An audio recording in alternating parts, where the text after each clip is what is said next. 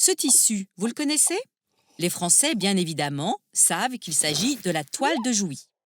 Elle s'appelle toile de Jouy car à l'origine, elle était fabriquée dans une manufacture de textile de Jouy-en-Josas, une petite ville située sur la Bièvre, dans le sud de Paris.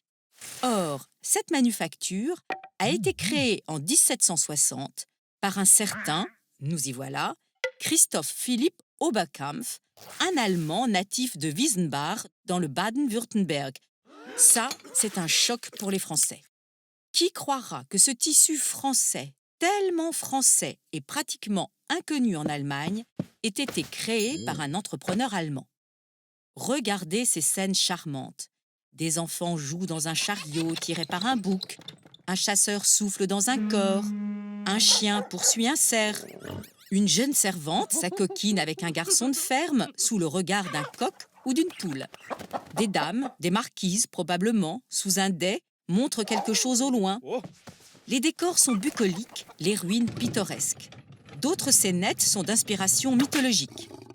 La plupart de ces dessins ont été créés par Jean-Baptiste Huet, grand peintre animalier du XVIIIe siècle, qui s'est visiblement inspiré des scènes galantes d'Antoine Watteau, peintre très en vogue à cette époque. La toile de Jouy propose une vision de la nature proche de celle de Marie-Antoinette, la femme de Louis XVI qui batifolait au Trianon avec ses petits moutons. Tous ces charmants dessins se déclinent dans de subtils camailleux de rouge, bleu, vert ou brun, noir, jaune, etc. L'aristocratie s'empare immédiatement de ces tissus d'ameublement. Rideaux, tentures murales, parures de lit, paravents, fauteuils, nappes, abat-jours, etc., etc. Bon, on pourrait croire que la Révolution française va vite tordre le cou à ces décors irréels. Certes, la manufacture voit bien son essor freiné pendant quelques années au lendemain de la Révolution, et notamment sous la Terreur, mais ce n'est que pour repartir de plus belle. Oberkampf est un fin stratège. Patron paternaliste, soucieux de préserver l'emploi de ses ouvriers tout en faisant fructifier sa fortune personnelle, il sait manœuvrer dans cette période difficile.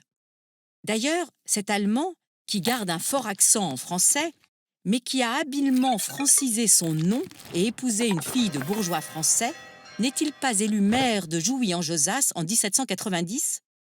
Quant aux bourgeois, dès qu'ils s'en sentent à nouveau le droit, ils plébiscitent les toiles de Jouy.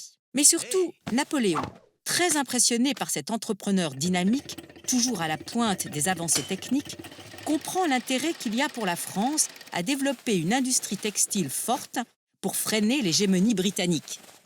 Par 2 reprises, l'empereur va se rendre à la manufacture et la visiter. Écoutez cette description qu'en fait Gottlieb Widmer. On donna signal au cheval de manège et la toile blanche, entrant d'un côté sous le cylindre gravé, sorti de l'autre, imprimé avec une vitesse de 7,5 mètres à la minute. On opéra ensuite un changement de dessin en substituant instantanément un autre cylindre à celui qui venait de fonctionner.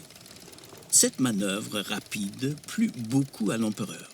Mais ce qui attira particulièrement son attention, ce fut le grand nombre de cylindres rangés symétriquement dans l'atelier, comme les pièces d'artillerie dans un arsenal.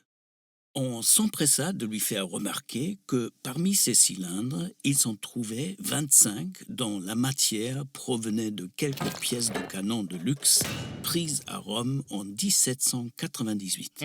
Alors, il appela ses généraux pour rire avec eux de la singulière destinée de cette artillerie.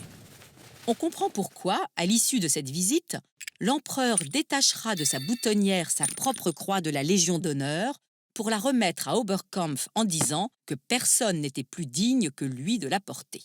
Peu importe que la manufacture d'Oberkampf ait fermé en 1843, le succès de la toile de Jouy a perduré et perdure, avec des hauts et des bas. Mais elle revient toujours au devant de la scène. On se rappellera les papiers peints très en vogue dans les maisons de la bourgeoisie française dans les années 60. Rose pour la chambre des filles, vert ou bleu pour celle des garçons. Récemment encore, une marque de vêtements d'enfants a lancé sa nouvelle collection sous le motif toile de Jouy. Eh oui, la toile de Jouy, voilà l'un des éléments de ce discret bon goût à la française qui, faisant fi de la marche du temps, traverse les siècles avec une calme détermination.